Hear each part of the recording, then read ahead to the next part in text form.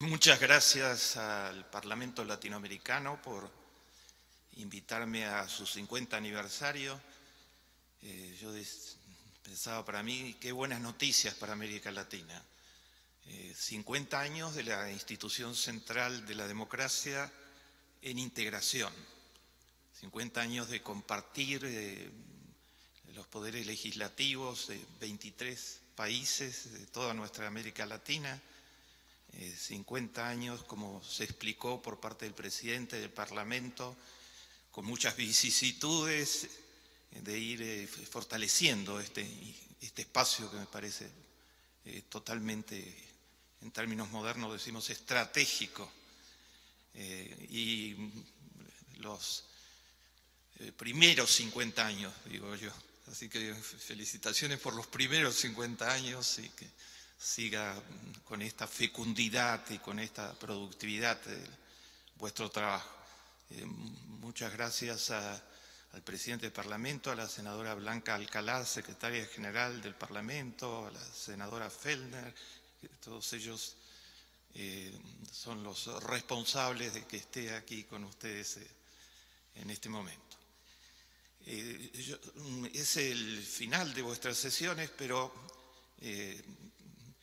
tengo la misión de tratar de complicar un poco más los debates, los tan productivos debates que han tenido, porque voy a tratar de explorar lo que probablemente sea la temática central del siglo XXI. Así como la temática central del siglo XIX fue las grandes luchas por la libertad, y del siglo XX el avance de los sistemas democráticos en el planeta y superar las guerras que empañaron todo el siglo. En el siglo XXI se ha instalado como una temática absolutamente central la temática de las desigualdades. No es mi opinión personal, hay una casi unanimidad desde todas las posiciones de políticas, de análisis, espirituales, en señalar que este es el problema central. Tenemos una paradoja, tenemos una humanidad que no tiene excusas de ninguna índole para justificar exclusiones y carencias. La ciencia y la tecnología han avanzado como nunca en la historia del género humano, y ruptura epistemológica tras ruptura epistemológica, cambios de paradigma, han producido una explosión de conocimiento a disposición del género humano que ha revolucionado virtualmente todo el entorno en el que vivimos. Nos comunicamos a través de medios que nunca soñó ningún escritor de fantasciencia, que han ido mucho más lejos que Ray Bradbury o Verne. Es mucho más lo que el género humano ha alcanzado en comunicación. Al mismo tiempo hay cambios totalmente revolucionarios en biotecnología, genética, ciencia de los materiales, robótica, informática, microelectrónica, física molecular. En montones de esferas la ciencia y la tecnología han puesto a disposición del género humano instrumentos a través de los cuales puede dar una vida digna a todos los habitantes del planeta. Por eso digo que no hay excusas para que eso no sea así. En otras épocas históricas nos amenazaban las profecías como la de Malthus, que la producción de alimentos iba a ser mucho más limitada que el crecimiento demográfico de la población, y eran recomendables ciertas epidemias y guerras para que no explotaran. Ahora no hay excusa posible. En este momento el planeta Tierra está produciendo alimentos para una población bastante superior a la que tiene actualmente. Entonces ustedes dirán, ¿cuál es el problema? El problema es que el progreso tecnológico solo no garantiza los derechos humanos ni la inclusión de los habitantes del planeta. El progreso tecnológico es un instrumento formidable, pero si está al servicio de la democracia y de los grandes ideales de equidad, de inclusión social, de derechos para todos, que vienen desde los orígenes del género humano en el texto bíblico. Y eso no es lo que está sucediendo. Hay una parte importante de la población del planeta que está fuera del alcance de los progresos tecnológicos y viviendo en épocas históricas que no tienen nada que ver con las posibilidades que tiene otra parte de la población del planeta. Yo voy a tratar de desarrollar 3 momentos de análisis sobre esto. En primer lugar, voy a situar algunos indicadores no convencionales sobre la situación social del planeta y los desafíos humanos que tiene el planeta por delante. Ustedes están acostumbrados a escuchar hablar de inflación, es muy importante, de equilibrios macroeconómicos, es muy importante, de déficit en los presupuestos, es muy importante. Pero probablemente algunos de los indicadores que les voy a mencionar son todavía más relevantes, porque mientras que los otros que mencioné, inflación, equilibrios, etcétera, son medios, algunos de los que voy a mencionar son fines, los otros son medios para llegar a los fines. Voy a mostrar algunas situaciones que nos desafían a todos como género humano. En segundo lugar, voy a tratar de enfocar el tema de la desigualdad, porque la desigualdad es una de las generadoras centrales de los déficits sociales y humanos que voy a señalar. Y en tercer lugar voy a mostrar salidas hacia la desigualdad y voy a referirme a América Latina en particular. Todo esto es para un periodo de tiempo mucho más extenso que voy a tener a disposición y para un momento quizás en donde en el final de esta reunión no, podemos tener el mismo intercambio que en otros momentos.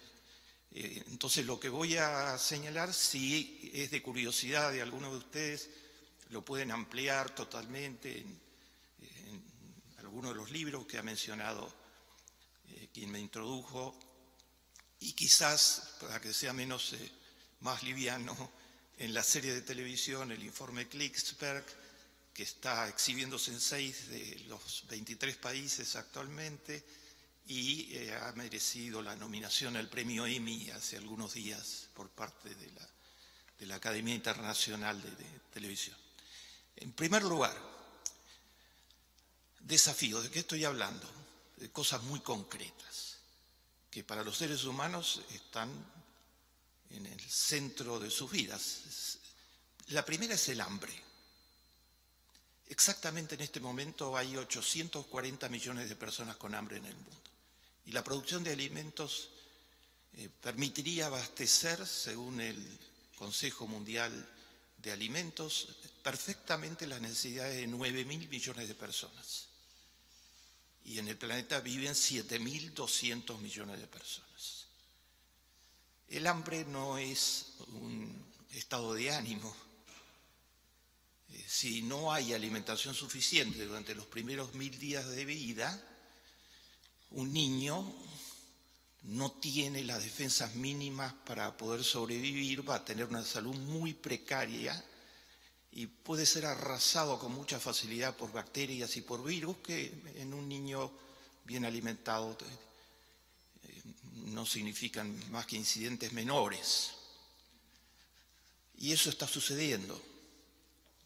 Y en un grado, desgraciadamente, totalmente inaceptable, porque mueren 18.000 niños por día. 18.000 por día. Según las cifras de la UNICEF, una de las 3 razones centrales, las 3 razones son totalmente evitables actualmente por el género humano. Las 3 están vinculadas a la pobreza. Pero una de las 3 centrales es la desnutrición infantil.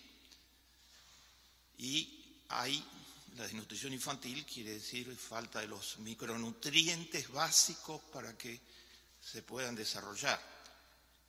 La UNICEF también mostró cómo cuando se faltan algunos de esos micronutrientes se producen 2 procesos muy delicados. Uno es que no se conforman las relaciones interneuronales en el cerebro y se establecen retrasos que van a asignar toda la vida.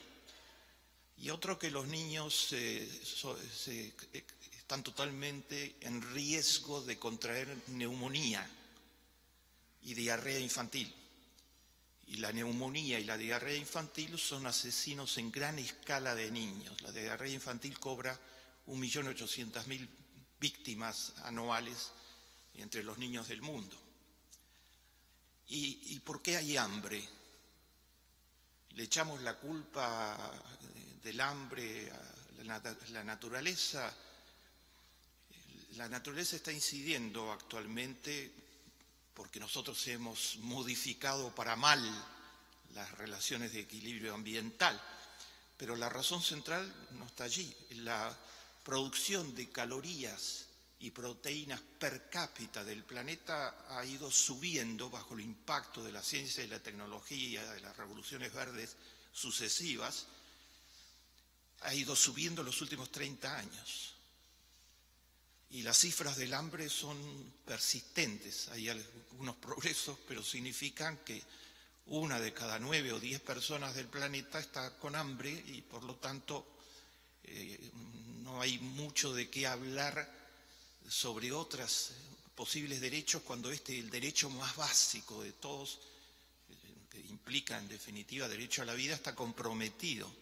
El tema del hambre se beneficiará cada vez más cuanto más producción de alimentos haya y hay que hacer todo lo posible para estimular la producción de alimentos. Pero, sobre todo, es un tema de acceso a los alimentos, ¿eh? No es actualmente un tema de producción solamente, sino que en partes importantes es un tema de acceso a los alimentos. Porque los 840 millones con hambre tienen un nivel de ingresos que los coloca en pobreza extrema, menos de 1,25 dólares diarios según el Banco Mundial, y por lo tanto hace muy difícil que puedan comprar una bolsa mínima de alimentos en ninguno de los lugares donde están.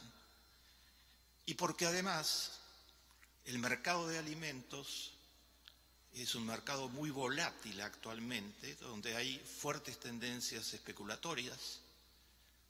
O sea, los mismos fondos buitres que a través de muchísimos pronunciamientos los principales organismos internacionales han condenado en los últimos meses respecto a sus prácticas en la Argentina y sus prácticas anteriores en otros países, la misma filosofía especulativa está presente en algunas de las grandes bolsas mundiales de alimentos. Y esa filosofía especulativa juega a los mercados a futuro de alimentos tratando de obtener oscilaciones que favorezcan los intereses más concentrados. Unido, la Organización de las Naciones Unidas para el Comercio y las Inversiones ha mostrado que de todos los contratos a futuro solo un porcentaje muy pequeño son reales, un porcentaje muy alto son apuestas en el mercado de alimentos. Esas apuestas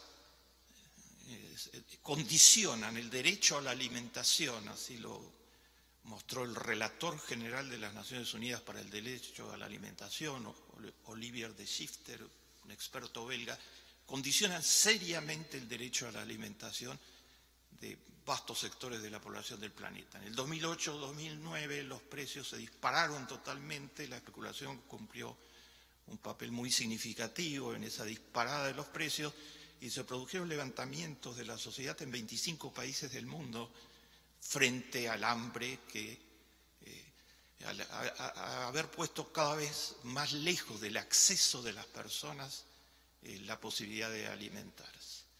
Los más débiles son los que pagan más cruentamente, y los más débiles son los niños y las madres embarazadas o cercanas a dar a luz. Los procesos de desnutrición significan restarles una de las recomendaciones más elementales para el embarazo y el parto, que es la nutrición. ¿Está fuera del alcance del género humano enfrentar este problema? ¿Saben cuánto sale exactamente entregarle a un niño cada día todos los micronutrientes que necesita? La UNICEF lo llama la tasa de micronutrientes, con los 6 micronutrientes básicos, 0,25 centavos de dólar. Se gastan por segundo 1,5 millones de dólares en armamentos, por segundo. Bastaría una proporción mínima del presupuesto increciendo. El presidente de Panamá señaló anteriormente una serie de situaciones en el mundo que están asociadas a esto. Bastaría una proporción mínima para que los chicos dispongan de la tasa de micronutrientes. En segundo lugar, mueren 18.000 niños por día porque hay casi 800 millones de personas, 784, sin acceso a agua potable. El mundo ha sido creado de manera tal, por la divinidad, que están todas las posibilidades para generar agua potable. Y la ciencia y la tecnología nos han dado instrumentos muy potentes actualmente. Se puede desalinizar el agua del mar, se puede extraer agua de reciclaje de basuras, existen pastillas contaminadoras que tienen un efecto muy potente, se han generado en diferentes países, hay tecnologías avanzadas. Sin embargo, como sin agua no se puede vivir, hay una ingestión muy significativa de agua contaminadas. Para los niños, nuevamente, eso es una causa central de enfermedades gastrointestinales. Además, las dos cosas se combinan. La desnutrición y el agua contaminada tienen un efecto muy fuerte en términos de enfermedad y en términos letales. Nuevamente, no hay explicación de por qué con la ciencia y la tecnología que disponemos, el género humano no lo hace mejor frente a este derecho fundamental. En tercer término, la tercera causa de los 18.000 niños por día que no debieran morir, noticia que no salió en el diario de ayer, pero que viene sucediéndose todos los días, es la falta de instalaciones sanitarias. Pareciera en pleno siglo XXI, con los milagros de la tecnología, estamos hablando de falta de instalaciones sanitarias. Son 2.400 millones de personas que carecen de instalaciones sanitarias, de acuerdo a los estudios de las Naciones Unidas. Eso significa nuevamente un riesgo muy importante en términos de salud, particularmente para los niños y para las madres. Mueren 350.000 madres durante el embarazo o el parto actualmente. Esta es una cifra que no guarda ninguna proporción con los porcentajes hoy casi reducibles a mínimos totales por el avance muy importante de las ciencias médicas en todo este campo, tanto las preventivas como las curativas. Entonces estamos con una agenda social a nivel internacional muy exigente. Normalmente los logros en ciencia y tecnología a veces oscurecen las realidades de la vida de muchísimas personas que no son alcanzadas por la ciencia y la tecnología. Un laboratorio descubrió un medicamento que puede curar la hepatitis C hace pocas semanas atrás. Ese medicamento es una enfermedad seria, difícil de curar y lleva años su curación. Ese medicamento logra curarla en 3 semanas, ingiriendo una píldora de ese medicamento durante 3 semanas. Pero ese tratamiento puede estar fuera del alcance de gran parte de la población del planeta porque el precio del tratamiento son $100.000. Entonces la ciencia y la tecnología han hecho posible esto. Pero la organización social, la ingeniería social del planeta en una cantidad de áreas hace que los 300 millones de personas que padecen la enfermedad, solo un porcentaje mínimo pueda tener acceso, y hay una gran polémica y disputa internacional actualmente al respecto. Les he mostrado 3 de los desafíos. No me extiendo por el tiempo, pero debería incluir por lo menos voy a incluir un cuarto, que es: continúa la discriminación de género.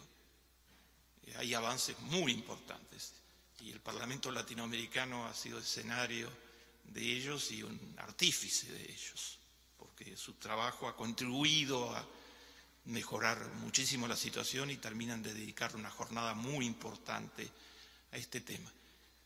Pero la violencia contra las mujeres con avances continúa, ¿no? Los últimos datos del sistema de las Naciones Unidas es que 1 de cada 3 mujeres que viven en el planeta Tierra, el 52% del género humano, han sido objeto de violencia. Y hay 603 millones de mujeres, de acuerdo a Naciones Unidas Mujer, que viven en países donde no hay leyes que penen la violencia contra la mujer. Por lo tanto, hay una inseguridad jurídica, digamos, básica, muy significativa en su condición.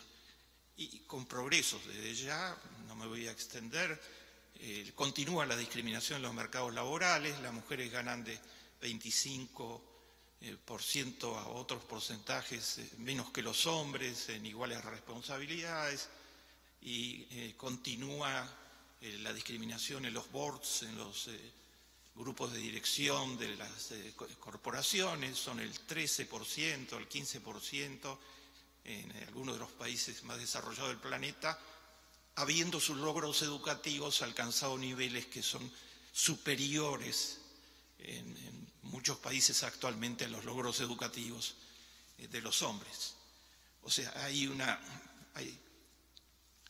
problemas estructurales que están empujando esta situación de discriminación. Si sumamos los 4 problemas que les estoy señalando, tienen que una parte muy importante del género humano está planteando silenciosamente que estas situaciones no pueden continuar. Mi segundo punto: ¿cómo se superan? ¿Solo por la democracia? ¿Solo con instituciones como los parlamentos, que son una expresión fundamental de la voluntad de la ciudadanía y que han contribuido tanto en América Latina en estos 50 años, entre otras regiones del mundo? Solo con política pública que ponga esto en el centro de las prioridades y que lo ataque en colaboración, articulándose con la política pública, con responsabilidad social de la empresa privada, con voluntariado, con participación activa de la sociedad civil. Hay un obstáculo muy importante que se llama las grandes desigualdades. Yo les decía que inicialmente que actualmente las grandes desigualdades están en la agenda central de muy diferentes tipos de expresiones organizacionales del género humano. Por ejemplo, el Foro de Davos en su última reunión, ahora en enero de este año, hizo un ranking entre los 6.000 empresarios que concurrieron al foro sobre cuáles son las amenazas más grandes que enfrenta el género humano. Pusieron en primer lugar las grandes desigualdades. Dijeron que están desestabilizando permanentemente el planeta. La presidenta de la Reserva Federal de los Estados Unidos, Janet Yellen, una muy prestigiosa economista, hizo un discurso hace 20 días para sectores financieros y empresariales, y todos esperaban que hablara de las nuevas medidas financieras que está por adoptar la Reserva Federal o del corte de la emisión que está practicando en este momento. Janet Yellen dedicó su discurso exclusivamente a las desigualdades y dijo que la mayor amenaza para los Estados Unidos era el crecimiento de las desigualdades, dio una serie de cifras, menciono solamente algunas de ellas por la falta de tiempo, pero dijo, por ejemplo, y esta es una imagen muy gráfica, dijo que había una destrucción de pequeñas y medianas empresas significativa en las últimas décadas y que eso contribuye ya a las desigualdades, pero una imagen muy gráfica que dejó planteada la siguiente, dijo, hoy un niño tiene que ir a un preescolar, porque en el preescolar está comprobado que se forman habilidades básicas que van a ser decisivas después para la vida. Y entonces hay que asegurar el derecho a que vaya a un preescolar. El derecho al preescolar está en dificultades en la sociedad americana, de acuerdo a todos los datos que ella explicó. Hay un porcentaje de población muy significativo que no tiene los medios y no hay los conductos por los que puede hacer el preescolar, ¿no? La promesa electoral fundamental del alcalde de Blasio, el nuevo alcalde electo de Nueva York, fue esa justamente, de dar acceso a preescolar a los amplios sectores de esa ciudad, una de las más prósperas del mundo, que están fuera del acceso a preescolar. Y por el otro lado dijo, las universidades son cada vez más caras. El nivel del costo de su matrícula es muy superior, multiplica muchísimas veces a los niveles de inflación promedio de ninguna otra área de la economía. Entonces quiere decir que cada vez más chicos van a tener más dificultades para llegar a las universidades, porque sin acceso al preescolar, llegar a universidades del ranking, etcétera, es absolutamente casi imposible. Entonces dijo, allá se está generando una desigualdad que es atentatoria contra los ideales de la sociedad americana. Dijo, esto tiene que ser puesto totalmente en el foco. Las desigualdades vienen siendo denunciadas en el último año o 2 años por un organismo que no se ha ocupado normalmente de este tema, que es el Fondo Monetario Internacional. Su directora viene haciendo señalamientos permanentes actualmente sobre el crecimiento de las desigualdades y un estudio a fondo de la Oficina de Investigaciones del Fondo Monetario Internacional. Todo esto lo pueden encontrar en internet, no les cito las citas por el tiempo. Llegó a la conclusión de que la desigualdad es uno de los obstáculos mayores que puede haber para el desarrollo económico. Que las desigualdades importantes impiden un crecimiento económico sustentable. Comparó muchísimos países del mundo, las correlaciones entre desigualdades y crecimiento económico de mediano y largo plazo, y la conclusión del estudio dice, no es solo un problema ético, es un problema de sana política económica. Estos niveles de desigualdades gravan totalmente la posibilidad de crecimiento sostenido. Desde ya se ha ocupado repetidamente de las desigualdades, quizás la persona más escuchada actualmente de todo el planeta Tierra, que es el Papa Francisco. Y ahí sí les voy a leer algunas de las cosas que el Papa Francisco termina de decir en los últimos días sobre la temática de la pobreza y las desigualdades. El Papa Francisco dijo hace muy pocos días, los derechos humanos se violan no solo por el terrorismo, la represión, los asesinatos, sino también por la existencia de condiciones de extrema pobreza y de condiciones económicas injustas que originan las grandes desigualdades. Extrema pobreza y condiciones económicas injustas. El Papa Francisco denunció ante el Consejo de la FAO, el máximo órgano, hace muy pocos días en Roma, de que de toda la producción de alimentos, el 40% se tira. Dijo, si por lo menos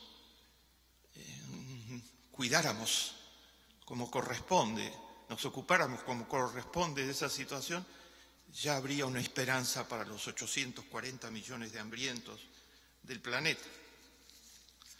El Papa dijo en Corea ante una multitud gigantesca de jóvenes hace pocos días en el viaje que realizó a Corea: nos preocupa la creciente desigualdad en nuestras sociedades entre ricos y pobres. También los signos de idolatría de la riqueza, del poder y del placer obtenidos a un precio altísimo para la vida de los hombres. Y advirtió: cerca de nosotros, aún en medio de una gran prosperidad material, hay muchos que sufren pobreza espiritual. El Papa le advirtió a Europa en el Consejo Europeo hace 10 días, hablando por el máximo órgano de la Unión Europea, dijo que es necesario afrontar juntos la cuestión migratoria. Una de las expresiones de la pobreza y las desigualdades es que tenemos el nivel de migraciones más alto de los últimos 50 años, ¿no? Proporcionalmente a la población del planeta en cualquier indicador que quieran tomar. Entonces el Papa dice: es necesario afrontar juntos la cuestión migratoria. No se puede tolerar que el mar Mediterráneo se convierta en un gran cementerio. El Papa suele ser muy directo en sus comentarios. En los barcones, dijo, que llegan todos los días a las costas europeas, hay hombres y mujeres que necesitan acogida y ayuda. Y siguió denunciando lo que ustedes conocen profundamente, no necesito ilustrarlos al respecto. La desigualdad, sabemos hoy científicamente, hace años, no muchos años atrás, se discutía todo sobre este tema. Primero se discutía si las desigualdades eran tan serias para llegar al nivel que ahora les voy a dar algunas cifras, las más recientes, se estuvieron, digamos, generando durante las últimas décadas, no fue de un día para el otro, se estuvieron agravando durante los últimos 30 años. En segundo lugar, había quienes sostenían en el mundo de los economistas de que no era malo que hubiera desigualdades importantes, porque la desigualdad se podía transformar en ahorros muy importantes que se revirtieran en inversiones, etc. Hoy sabemos a ciencia cierta, y virtualmente nadie sostiene esas argumentaciones, que son muy agudas y que no se transforman en inversiones, sino que se transforman en paraísos fiscales. Se está celebrando, digamos, en estos días el Congreso Internacional de las Industrias de Lujo, por ejemplo, un congreso que no hubiera sido viable sin estas condiciones de desigualdad, etc. Las cifras actuales, las últimas, son las siguientes. La directora del Fondo Monetario Internacional dijo en una reunión en Londres con interlocutores del mundo financiero, bancario y empresarial, repitió la cifra que aparece en el Informe de Desarrollo Humano de las Naciones Unidas 2014, uno de los mayores documentos de referencia internacionales sobre los temas humanos pendientes. 86 personas, y ella dijo, caben todas en un bus de Londres. Tienen más actualmente que la mitad de menores recursos de todo el género humano. O sea, 86 personas tienen un patrimonio superior a 3.500 millones de personas. El 1% del que se habla permanentemente tiene, según las últimas mediciones, el 46% del Producto Bruto Mundial. El 50% de menores recursos tiene menos del 1% del Producto Bruto Mundial. En los Estados Unidos, varios premios Nobel han indicado recientemente que la diferencia de salarios entre los gerentes generales, los presidentes de las organizaciones, los CEOs, y el nivel de línea era de 31 30 años atrás, y que actualmente es de 300 aún. El 10% más rico del género humano tiene el 86% del Producto Bruto Mundial. Las desigualdades se han disparado. encíclica de la Iglesia Católica les pone el nombre de disparidades hirientes, la llama. Porque este nivel de desigualdad, recordemos por ejemplo que Platón decía que una distancia de ingreso mayor de 3-1 es perjudicial para la salud de una sociedad. Estamos hablando de distancias de una magnitud sideral. El informe de desarrollo humano de las Naciones Unidas ha denominado a estas desigualdades groseras.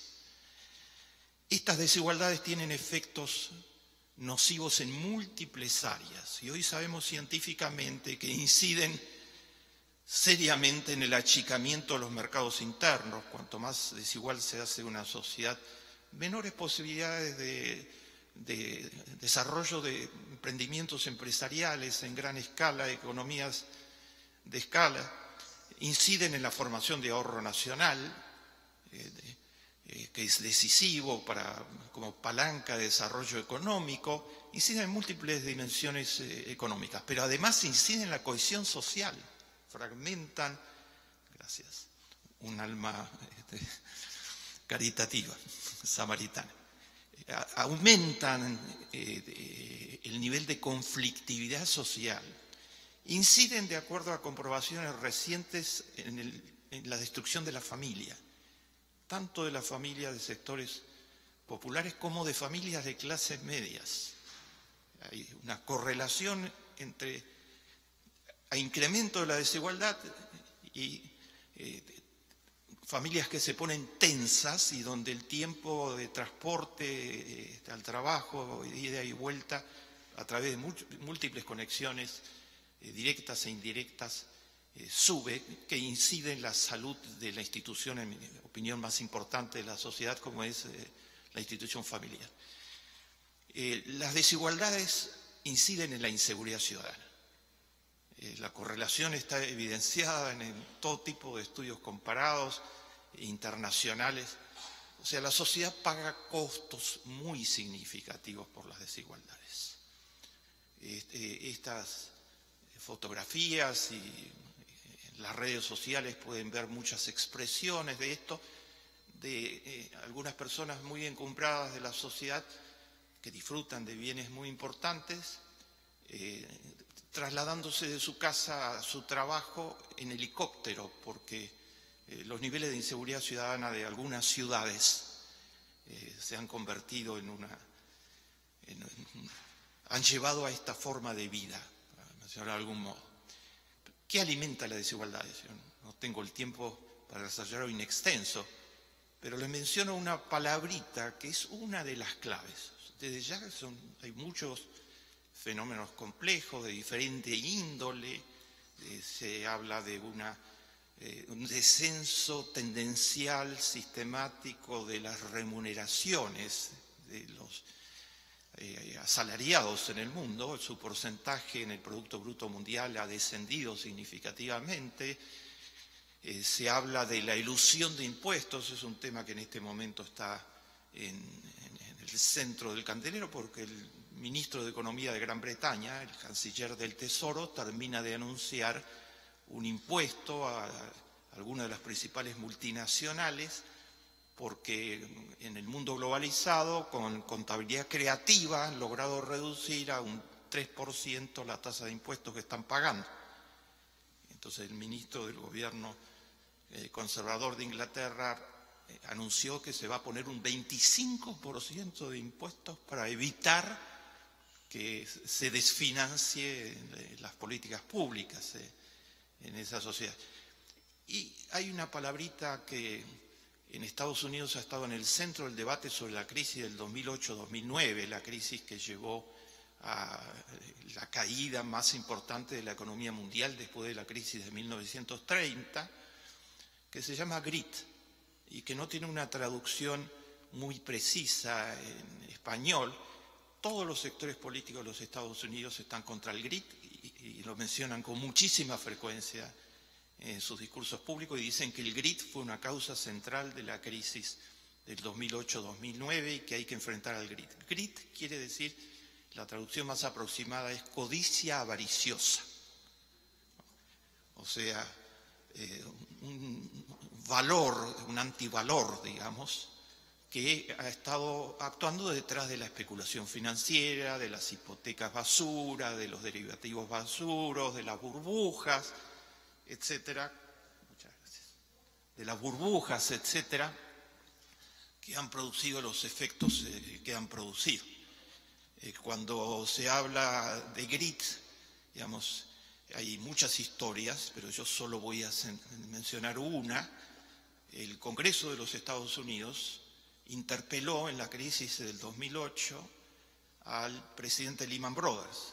Todos ustedes se recuerdan que la quiebra de Lehman Brothers, el tercer banco de los Estados Unidos y una de las principales instituciones bancarias del mundo, fue el detonante del comienzo del fenómeno en cadena que se dio en las economías europeas, de desestabilización de las economías europeas, y tuvo efectos muy duros en la economía americana. Entonces el Congreso de los Estados Unidos interpeló al presidente y le dijo: usted ha llevado a un banco que tenía 160 años de existencia, una institución totalmente respetada, a la quiebra.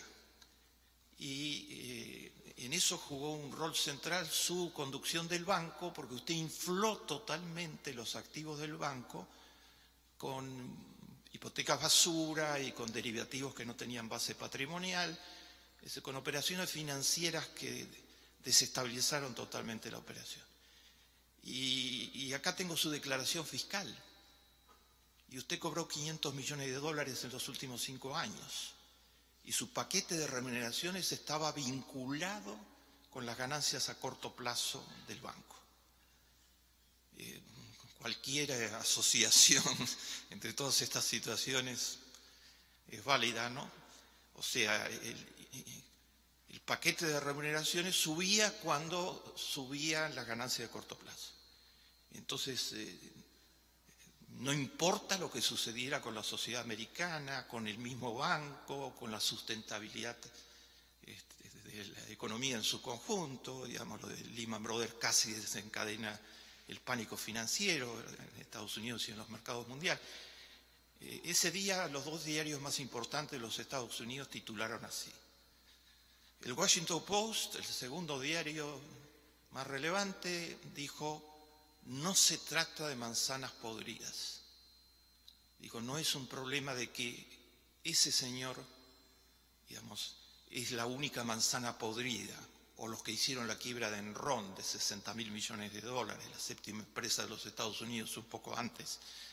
Se trata de que hay un problema con el barril, hay un problema de cultura empresarial. Que la cultura empresarial está desarrollando excelentes gerentes, pero no forma éticamente, no forma en responsabilidad ética, en lo suficiente, en lo necesario. Muchas universidades cambiaron su currículum, muchas universidades de punta en la formación de MBAs de gerentes cambiaron sus currículums después de la crítica pública a cómo se formaban los más altos gerentes. El New York Times, el principal diario, el diario más influyente de los Estados Unidos, a través del premio Pulitzer Nicolás Kristof, tituló la historia de lo que estaba sucediendo así. Puso $23.000 por hora, es lo que ganaba el presidente Lehman Brothers. $23.000 por hora. Ejecutivo se necesita, no se precisa ser competente. Mostrando porque se supone que hay una relación entre performance y remuneración.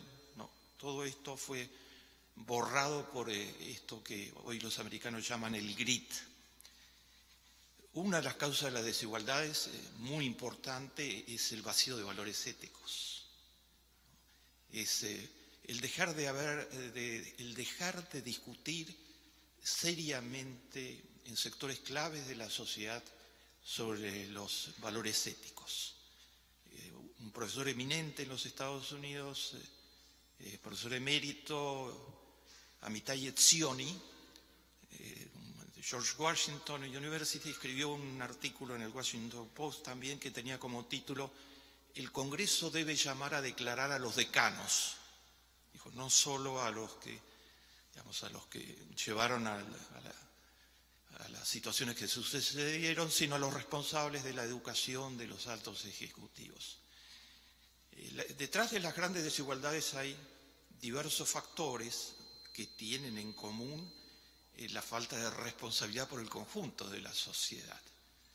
Porque eludir el pago de impuestos, aunque sea dentro de la legalidad, o tratar de especular aprovechando todo orden de situación que lo permita, etc., tienen que ver con vacío de valores éticos centralmente. Las grandes desigualdades son fundamentales finalmente en la pobreza. Así lo menciona con toda frecuencia el Papa Francisco y lo testifican las cifras de la realidad. Esto se puede superar. Y yo he venido a esta hora para que no puedan cenar bien, no creo que baste, pero causarles preocupaciones en la cena de hoy a la noche. No. Sobre todo yo estoy acá después de muchas horas de viaje, desde muy lejos. Estoy acá lleno de esperanza, ¿no? Totalmente lleno de esperanza, porque se pueden enfrentar las desigualdades y se puede enfrentar la pobreza.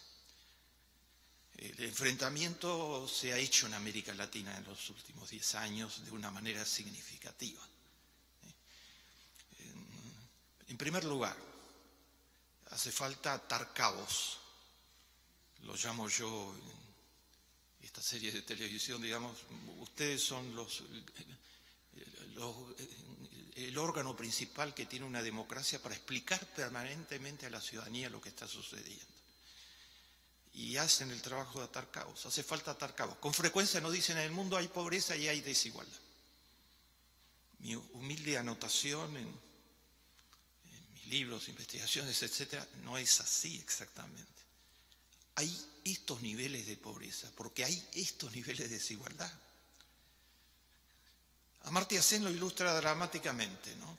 Hemos escrito juntos, Primero la gente, el Premio Nobel de Economía, tiene en ese libro una investigación donde muestra cómo evolucionó la esperanza de vida en Gran Bretaña durante todo el siglo XX. Cómo fue la curva de esperanza de vida. Y muestra que la esperanza de vida tuvo su mayor salto durante la Segunda Guerra Mundial. Y entonces parece totalmente insólito. O sea, en medio del genocidio de gran parte del género humano que intentaron los nazis, la esperanza de vida subió en Gran Bretaña. Y él dice, ¿por qué subió en Gran Bretaña? En esa época, el país se vio obligado a hacer racionamiento de alimentos. Entonces el consumo, el país tenía un buen promedio de consumo per cápita, o sea, dividiendo toda la población por la disponibilidad de alimentos, pero tenía altos niveles de desigualdad. Entonces él dice, esa medida mejoró el acceso a alimentos de un modo significativo. Las personas con menos acceso a alimentos estuvieron bien nutridas durante ese periodo. Y dice también que de ese periodo emergió el Seguro Nacional de Salud, digamos que después había de ser muy significativo en la historia económica posterior. En los Estados Unidos se adjudica a haber generalizado el agua potable y las instalaciones sanitarias a comienzo del siglo XX un impacto sobre la salud decisivo en la historia demográfica de los Estados Unidos. Entonces, no hay pobreza y hay desigualdad. El acceso, que es fundamental, es mucho más difícil en condiciones de desigualdad. Eso se puede enfrentar, es que las políticas para combatir la desigualdad son en gran parte políticas de acceso. Con esto les quiero dar vuelta un poquito quizás humildemente la mirada tradicional. La mirada tradicional es que tenemos que crecer económicamente para que se derrame y entonces sacar a los pobres de la pobreza. Ojalá fuera así. Yo sería el primero en ser fervoroso partidario de cualquier cosa que saque a los pobres de la pobreza. No funciona así. En casi ninguna sociedad existente ese proceso ha funcionado así, porque si crecemos, que es totalmente deseable y necesario, pero hay grandes desigualdades, no chorrea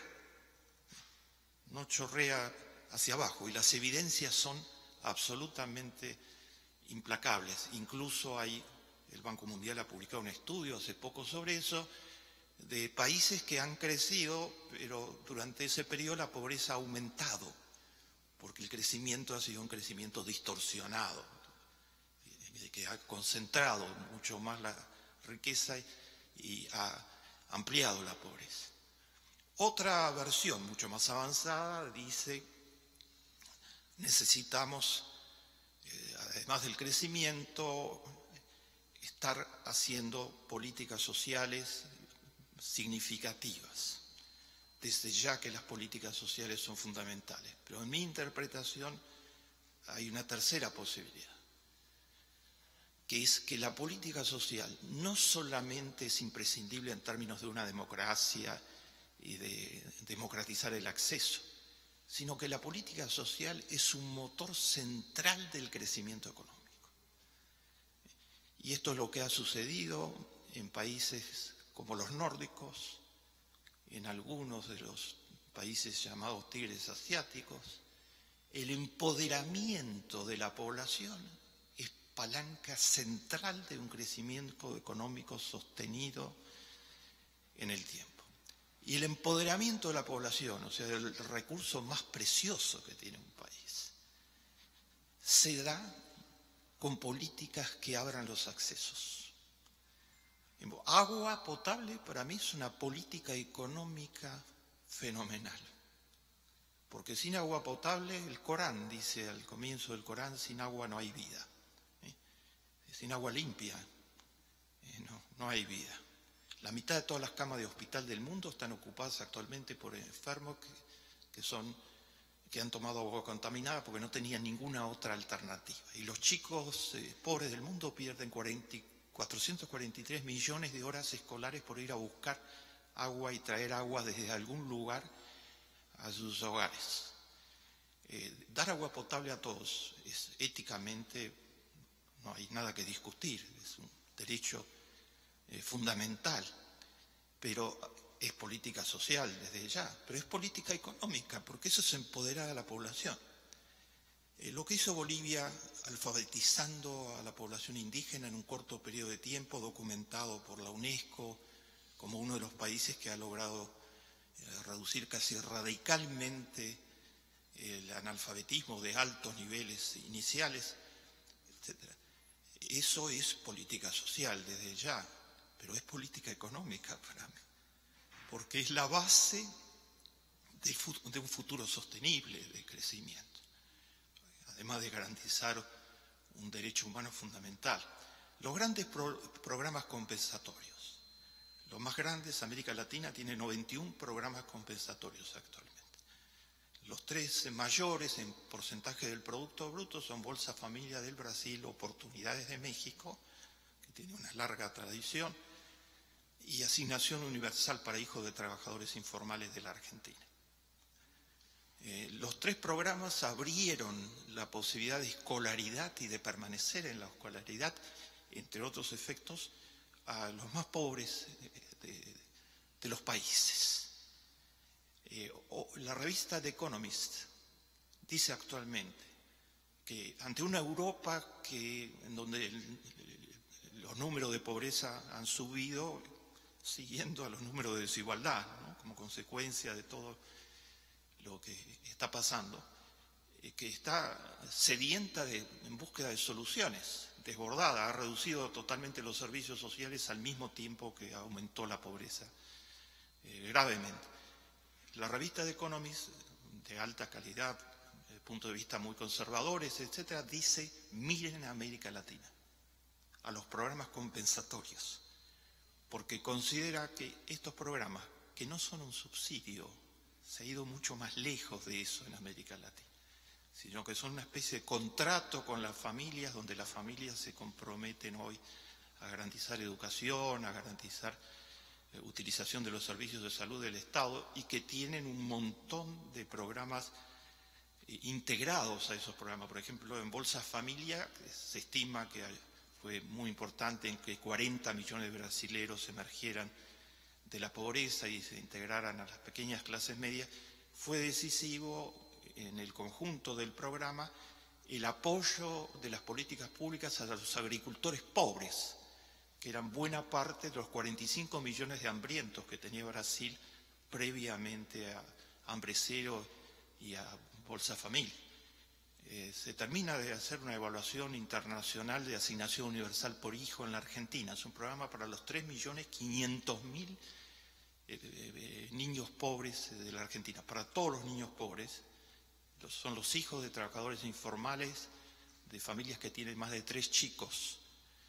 Y el programa le agregó un año de escolaridad a los chicos.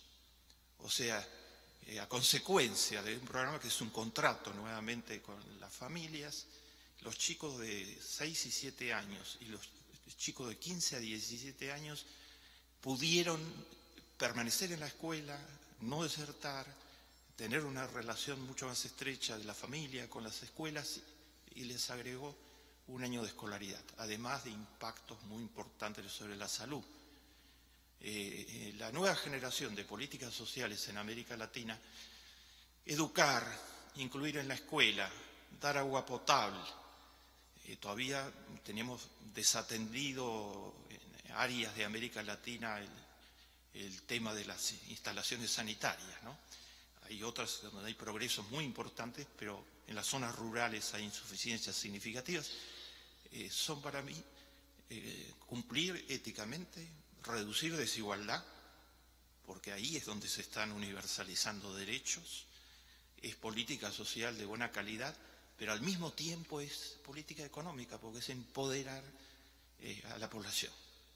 Y ahí está la llave. Los países con menor desigualdad del planeta son los que están encabezando todas las tablas de medición del planeta en este momento. El menor coeficiente Gini de desigualdad en la distribución del ingreso lo tiene Noruega en el planeta con 0.25, ¿no? América Latina, la región más desigual del planeta, casi dobla ese coeficiente Gini de distribución del ingreso. Noruega, Suecia, Dinamarca y Finlandia, será de casualidad, Noruega es el país líder en la tabla de desarrollo humano de las Naciones Unidas desde que se inició esa tabla, en 1990. Los otros países están entre los 10 primeros. En la tabla de Transparency Internacional, los 4 que se publicó esta semana, los 4 países nórdicos están entre los 10 primeros. Están entre los primeros en la tabla de competitividad mundial del Foro de Davos. Finlandia ha estado permanentemente entre los primeros en la tabla de progreso tecnológico. Están entre los primeros del planeta en la tabla de equilibrio medioambiental. No son perfectos, ellos son muy críticos con sus propias realidades, pero consideran, invitó la Universidad de Oslo hace un tiempo atrás y le preguntaba al presidente de la Central de Empresarios de Noruega, dando una conferencia sobre responsabilidad social empresarial, ¿ustedes cómo se sienten? Porque los empresarios noruegos ganan muchísimo menos que los empresarios de ningún otro lugar del mundo. O sea, no tienen 300-1 como los Estados Unidos, como les mencioné hace un rato. Tienen 5-1. Entonces, ¿ustedes cómo se sienten? Dice, eso no se discute. Nosotros tenemos trabajadores totalmente motivados, con niveles de productividad altísimos, estamos ganando licitaciones internacionales por todos lados, sentimos que la gente está muy contenta en las organizaciones que nosotros manejamos, pero además no se discute porque es un valor de la sociedad noruega. Dicen, la igualdad es un valor de la sociedad. Y tratamos de practicar ese valor. Esto no son superhombres ni nada.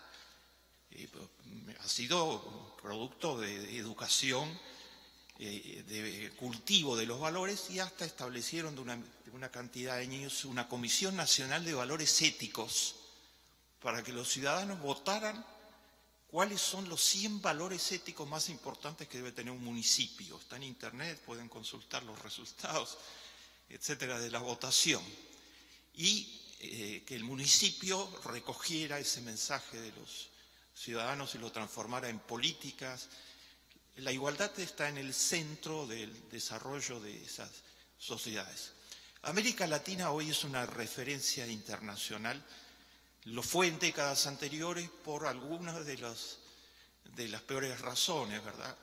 A fines del 2000, América Latina tenía un 42% de su población por debajo de la línea de pobreza. Actualmente, de acuerdo al último estimado de la CEPAL, tiene un 25.3% de la población por debajo de la línea de la pobreza.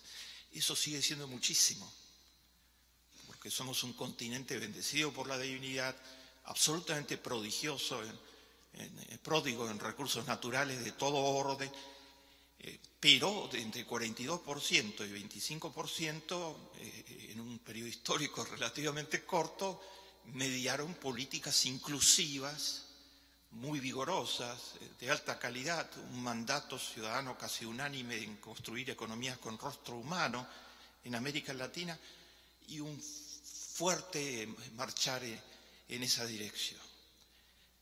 América Latina hoy forma parte en diversos de sus programas, proyectos y políticas de las referencias de que se puede enfrentar la pobreza y de que se puede enfrentar la desigualdad. Pero llego al final de estas reflexiones. Si yo les diría felicitaciones y vámonos todos a descansar porque bajamos la pobreza del 42 al 25%, a descansar, nada. Porque es muchísimo, son 160 millones de latinoamericanos que están por debajo de la línea de la pobreza. Y además, no les quiero complicar más la cena, pero terminemos con los promedios. Nosotros decimos, el Producto Bruto creció promedio tal. ¿Y eso qué tiene que ver? Si la desigualdad es muy grande, no significa nada. Terminemos con la tiranía de los promedios. Mejoró la esperanza de vida en tanto, muy bueno, pero ¿qué tal en las provincias más pobres? ¿Qué tal en las poblaciones indígenas? ¿Qué tal en las poblaciones de color? ¿Qué tal en los géneros? O sea, veamos los datos desagregados, porque en los datos desagregados es donde encontramos la realidad. Y las desigualdades se esconden tras los datos sin desagregar, con muchísima frecuencia. 25% sigue siendo muchísimo. Como dice la secretaria general de la CEPAL, coincido absolutamente, la única pobreza tolerable es cero. En Noruega no hay pobreza, es cero actualmente la pobreza. La sociedad se ha organizado de manera tal, y yo no digo de ninguna manera copiar a Noruega ni copiar a los países del norte. Tenemos nuestra historia, nuestras luchas, los valores libertarios que fueron mencionados en el día de hoy por el presidente de Panamá, los valores de igualdad de todos los seres humanos. Fuimos de los primeros en derrocar a la esclavitud y a todas las formas de opresión más crueles del género humano, y desde allí hay que construir estas realidades de pobreza cero. Mi última reflexión. Los valores éticos son muy fundamentales en esta cuestión. Buenas políticas económicas donde lo primero sea la gente, agresivas políticas sociales porque han muerto demasiados niños durante demasiado tiempo en América Latina por pobreza y demasiadas madres, 20.000 por año en la década del 90 durante el embarazo o el parto. Pero además de buenas políticas económicas y buenas políticas sociales y la articulación total entre las políticas económicas y las políticas sociales y releer las políticas sociales como empoderamiento de la población, participación ciudadana plena, y sin los congresos no tenemos, sin esta actividad tan central de la sociedad no tenemos de qué hablar, es el gran conducto de la democracia y de la participación ciudadana, pero junto a eso hay que dar la pelea por los valores, y esa es mi última reflexión. Han sido muchos años de insensibilidad muy fuerte a nivel internacional, esto que el Papa Francisco llama con frecuencia máxima atención a los problemas financieros de los bancos, mínima atención a los descartables, a los chicos de la calle, a los ancianos, a las discriminaciones latentes o explícitas. Tenemos que lograr recuperar a pleno los valores. Yo lo condenso en algunas expresiones bíblicas. Jesús de Nazaret nos decía a todo el género humano: ama a tu prójimo como a ti mismo. Tu amor por el otro no puede ser menor que eso. Ese es el parámetro. La Biblia dice: no te desentiendas, en el Levítico dice: no te desentiendas de la sangre de tu prójimo. Y no desentenderse de la sangre de tu prójimo no es solo no actuar contra el prójimo, sino la omisión de acción. Para el texto bíblico significa desentenderse de la sangre de tu prójimo. Cada uno de nosotros puede ayudar a que desde ya en todas las áreas, pero ustedes son actores centrales a través de la legislación, a que avancemos mucho más rápido en la lucha contra la pobreza. Y yo me acompaño, digamos, humildemente cuando los obstáculos son muy importantes. El 1%, no en su generalidad, yo nunca generalizo, de ese 1% forman parte personas que están trabajando activamente contra la pobreza. Pero en su conjunto, las grandes concentraciones económicas no están mayormente interesadas en que cambie este status quo que les ha sido tan favorable, ¿no? El 53% dice el Foro de Davos. El 53% de toda la riqueza generada después de la crisis de 2008-2009 fue al 1% más rico del género humano. Los obstáculos son muchos. Y las luchas, fondos buitres, otras, de diferente tipo en cada país, etcétera, son difíciles. Humildemente, a mí me reconforta mucho la sabiduría bíblica.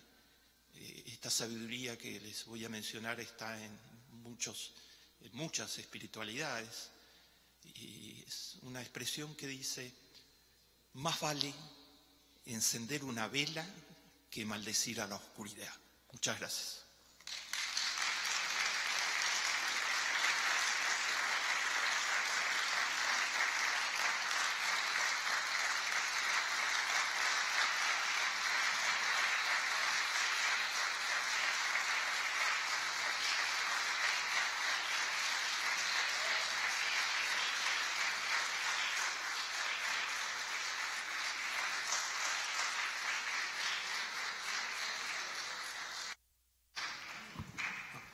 Creo que ese aplauso no solo agradece al doctor Kliber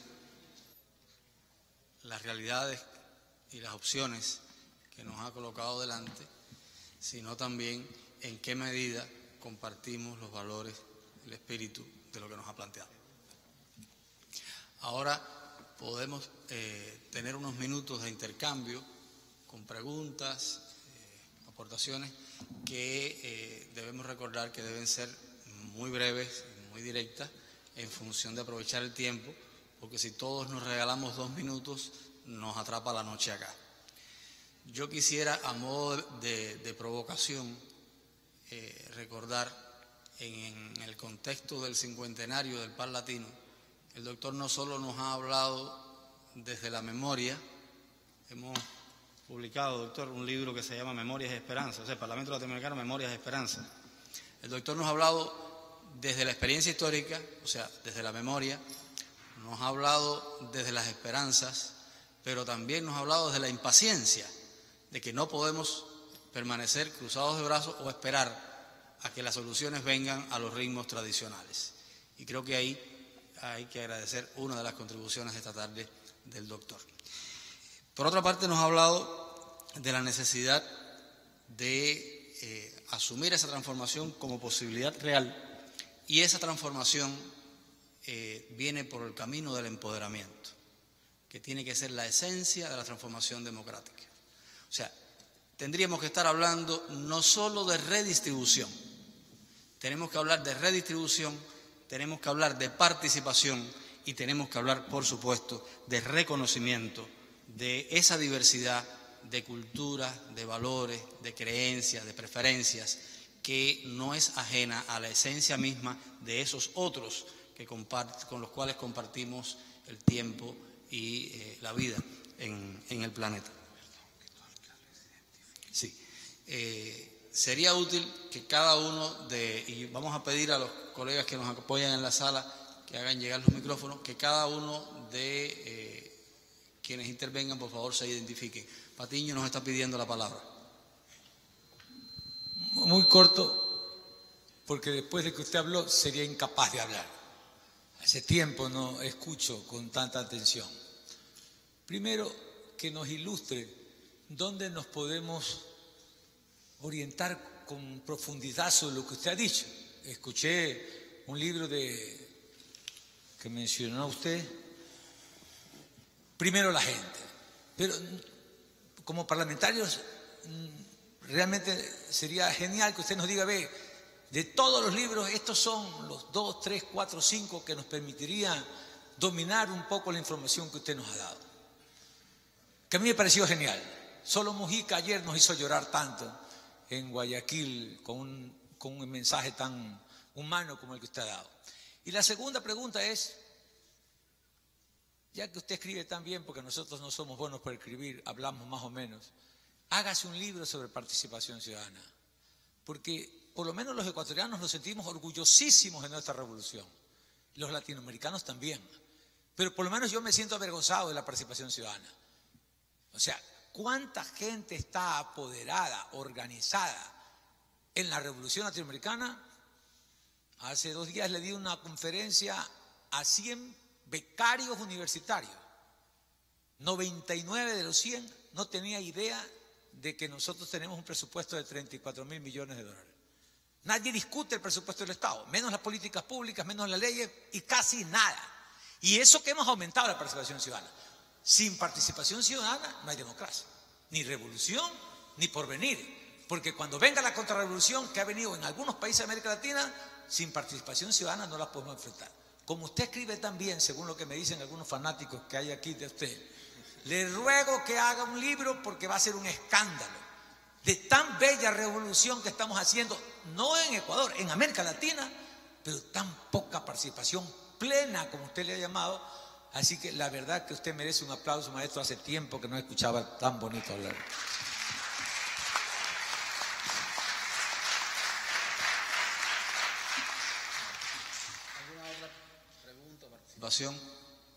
Bueno, yo agregaría a lo que el asambleísta Patiño nos ha planteado, cómo usted valora en qué medida la construcción que está teniendo lugar a escala internacional en nuestros días de una agenda post-2015 es leal a ese espíritu de ir con la gente.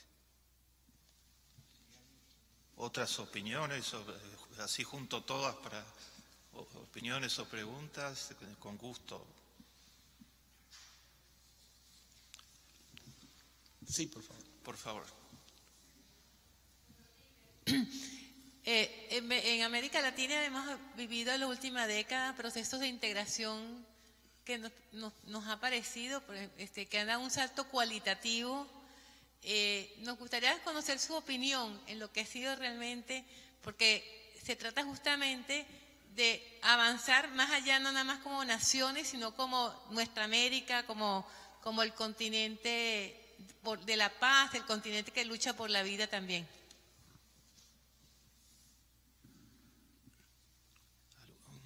Otra aportes, con todo gusto. Quizás entusiasmando. Bueno, estas son 3 preguntas para reunirnos mañana a las 9 de la mañana y por favor, por favor.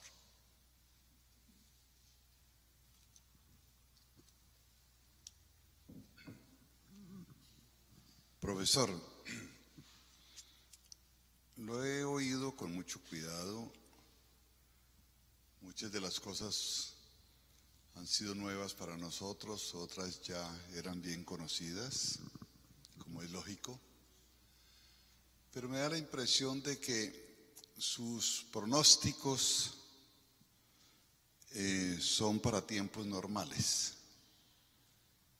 Y lo que estamos viviendo y lo que se nos viene con el deterioro del planeta,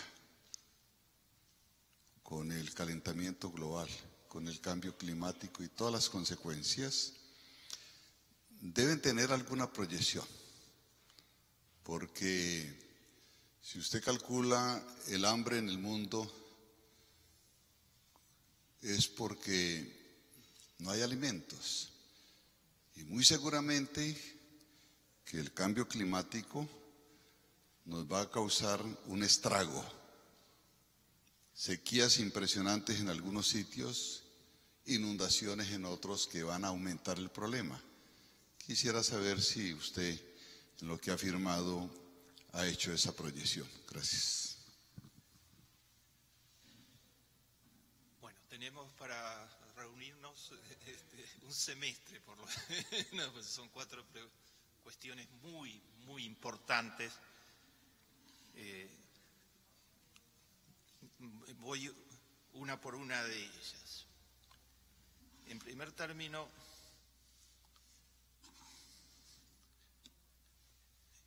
dejo para el final tu acotación tan importante. Empiezo por el cambio climático. Yo me dedico activamente al tema, así que disculpas, no lo incluí para no hacer una frase nada más al respecto. Pero me parece desde ya el tema central absolutamente de la agenda, ¿no? Murieron 300.000 personas el año pasado por cambio climático. Según el informe del grupo que preside el anterior secretario general de las Naciones Unidas, Kofi Annan, hay 60 millones de refugiados climáticos. O sea, no es que el cambio climático va a venir, el cambio climático está sucediendo para los más pobres del mundo en gran escala. Yo establecí un índice de desigualdad que no es convencional, que es número de personas afectadas en los distintos estratos sociales por las consecuencias que estamos viviendo del cambio climático.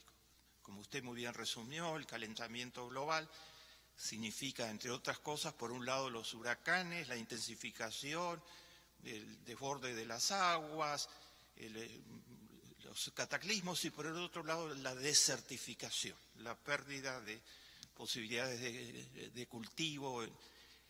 Si uno toma el número de personas que han sido afectadas hasta ahora, la relación de afectados en las áreas más pobres versus la relación de afectados en las áreas más avanzadas del planeta es 80-1. O sea, por uno afectado en las áreas más ricas hay 80 afectados en las áreas más pobres, porque en las ciudades modernas, avanzadas, los edificios no se caen, son antisísmicos, se lo resumo en una cifra, ¿no? El Japón tuvo un terremoto, una catástrofe combinada, ¿verdad? Hace un tiempo atrás, donde junto al maremoto y al cataclismo hubo la explosión de la usina atómica. Y por el otro lado, Haití tuvo la desgracia inconmensurable que tuvo. En Japón, en total, como es una sociedad avanzada, preparada, con posibilidades de actuar rápidamente y con, digamos, los recursos para hacerlo, hubo 40.000 víctimas, ¿no? En Haití, que con una población muchísimo más pequeña, hubo todo lo que hubo, ¿no? Incontables, todavía no sabemos hasta el día de hoy, con precisión absoluta, y transformó la vida para siempre para los desplazados, que son la mayoría muy importante de la población. Entonces el cambio climático tiene efectos distintos totalmente, y esa es una de las desigualdades mayores. Todo el planeta es afectado, porque la naturaleza nos está haciendo pagar muy caro la contaminación inmensa que se ha provocado. Pero los pobres nuevamente están en la primera fila, ¿eh? Son los que están al lado de los ríos, con las viviendas más precarias, perdiendo su subsistencia, como muy bien usted lo señalaba. La agricultura pobre es de las más duramente afectadas. Ahora, ¿eso tiene salida? Usted me pide que le dé alguna opinión al respecto. Como en las otras cosas, ¿no? Depende de lo que hagamos entre todos. Hay, digamos, dos corrientes principales esquematizando, ¿no? Pero por el tiempo. Están los que dicen que el cambio climático no existe, los negadores del cambio climático, ¿no? Y tratan de demeritar, de legitimar toda la ciencia fenomenal que hay sobre el cambio climático y además la evidencia a flor de piel que tenemos. Todas nuestras sociedades han sufrido impactos del cambio climático y lo sufren permanentemente. Pero en el estado de Texas hay una cantidad de think tanks que se especializan en negar el cambio climático, y el estado de Texas sufrió los incendios de bosques más devastadores de toda su historia en estos años. Y como otros lugares, este es el año más caliente de la historia del planeta desde que se llevan registros. Y los últimos 10 años son de los más calientes, la década más caliente promedio desde que se llevan registros del calentamiento global. Los negadores del cambio climático, dice el premio Nobel de Economía Paul Krugman, hay que seguirle la pista. Y la pista conduce muy rápidamente a empresas multinacionales en muchos casos, que son de las principales contaminadoras. Digamos, y las interrelaciones entre los think tanks y son muy evidentes en algunos casos. Y está la gran parte del género humano que dice, la inmensa mayoría del género humano que dice qué está sucediendo, lo que usted muy bien pregunta, y a dónde vamos. Y está el panel Premio Nobel de la Paz de 2.400 científicos de 160 países, cuyos informes se entregan anualmente, y su último informe dice no tenemos mucho tiempo, porque está ascendiendo el nivel de calentamiento global. Lo que va a suceder dependerá de lo que en conjunto la participación ciudadana, que es decisiva, los liderazgos políticos, que son decisivos, la responsabilidad social de la empresa privada, un tema en el que yo creo y trabajo, la sociedad civil en su conjunto, hagan frente a esto. Una de mis fuentes fundamentales es un filósofo que vivió hace 1000 años, que se llama Maimónides, ¿no? Al que toda la humanidad rindió homenaje hace poco. Y Maimónides, que era un genial intérprete de la Biblia, decía, en cada momento la balanza se inclina en una u otra dirección de acuerdo a lo que cada uno de nosotros hace. Va a depender de lo que hagamos. América Latina está siendo impactada por el cambio climático y tenemos un doble motivo realmente para ponernos a enfrentar el tema. Uno, el motivo de los impactos sobre los más pobres particularmente, y otro, el motivo de que América Latina está comprometida, como este 50 aniversario también lo testimonió, con la lucha por un mundo mejor para las generaciones que vienen. Y ahí no hay opción posible.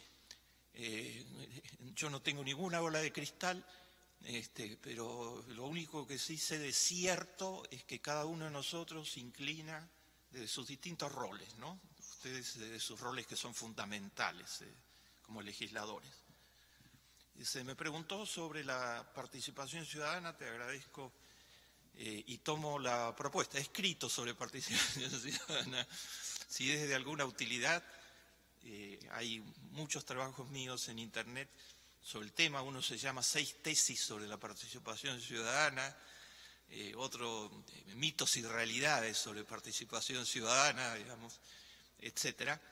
Pero desde ya que es fundamental que todos reflexionemos y sigamos impulsando esto. El motor de los cambios en América Latina ha sido la participación ciudadana. Los pueblos que se manifestaron de diferentes formas en nuestros países a través de la democracia, poniendo en el centro de la agenda la economía con rostro humano y los grandes temas de la pobreza, la desigualdad y la falta de acceso en diferentes niveles. Se me preguntó sobre la integración regional. Allí es un instrumento poderosísimo, la integración regional, y además yo diría que es el único posible, porque la magnitud de las resistencias al cambio, digamos, por parte de los sectores más concentrados del planeta, digamos, por parte del grit en general, de la avaricia codiciosa, etcétera, son de una mucha importancia porque manejan recursos cuantiosos, ¿no? Esas concentraciones de ingresos después se llevan adelante en términos de hegemonía en medios de comunicación, de construir think tanks que legitimen las desigualdades que son ilegitimables, en términos de poder concreto. Entonces, frente a eso, uno de los pocos instrumentos muy importantes es la integración regional.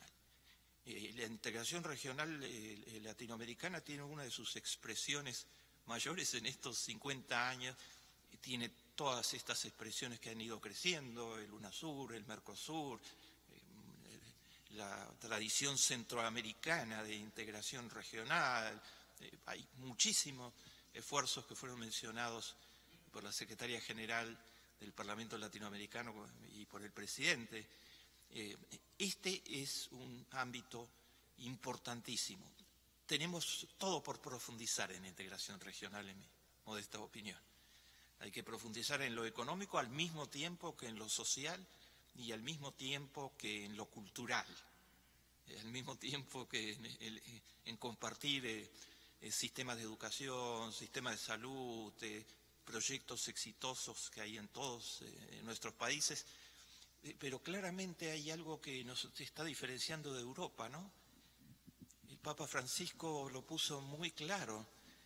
América Latina no es todo lo contrario del cuadro que el Papa Francisco planteó respecto a la migración. Y se mencionó en el día de hoy, ¿no? América Latina sigue siendo una tierra acogedora que trata el tema de migración humanamente, y no es ningún cementerio como el Papa planteó. Y seguir haciendo todos los esfuerzos en todas las direcciones. Mi humilde recomendación es trabajar cada vez más esta dimensión de hermandad de que ustedes hablaron, y eso significa trabajar cada vez más en el campo de la cultura, además de los campos económicos y de los campos sociales, ¿no? La última referencia, muy apreciada, porque eso es lo que, sobre todo, humildemente he querido transmitirles. Hay que aplicar a todo este problema, yo lo llamo una ética de la urgencia. No tenemos tiempo para esperar, porque después que nosotros nos hayamos despedido hoy, en el día de hoy murieron 18.000 niños en el mundo. Y el día de mañana, si no nos apuramos, la cifra va a seguir siendo semejante. En América Latina hemos logrado bajar esa cifra de los niveles promedio, pero siguen siendo muy altas en muchas de nuestras realidades cuando descendemos de los promedios y los desagregamos. Las tasas de mortalidad materna en poblaciones indígenas, las esperanzas de vida en poblaciones de color, las deserciones escolares, y todo eso significa dolor y sufrimiento. No hay tiempo. Digamos, estamos yendo contra el tiempo desperdiciado en los 90, en otros momentos de la historia latinoamericana, que produjo explosiones de sufrimiento y de dolor y de pobreza. ¿Hay cómo marchar más rápido? Desde ya que hay cómo marchar más rápido. Y ustedes, el Parlamento Latinoamericano y los parlamentos de los 23 países aquí representados, son una de las esperanzas centrales para marchar más rápido. Así que apúrense. Muchas gracias.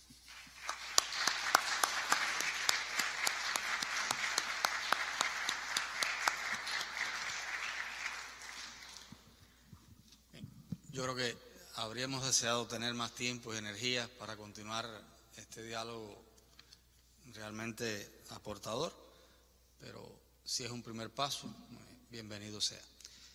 Para concluir este momento de la tarde, yo quisiera, doctor, a nombre de la mesa directiva del Parlamento Latinoamericano, entregarte formalmente la moneda conmemorativa de nuestro 50 aniversario.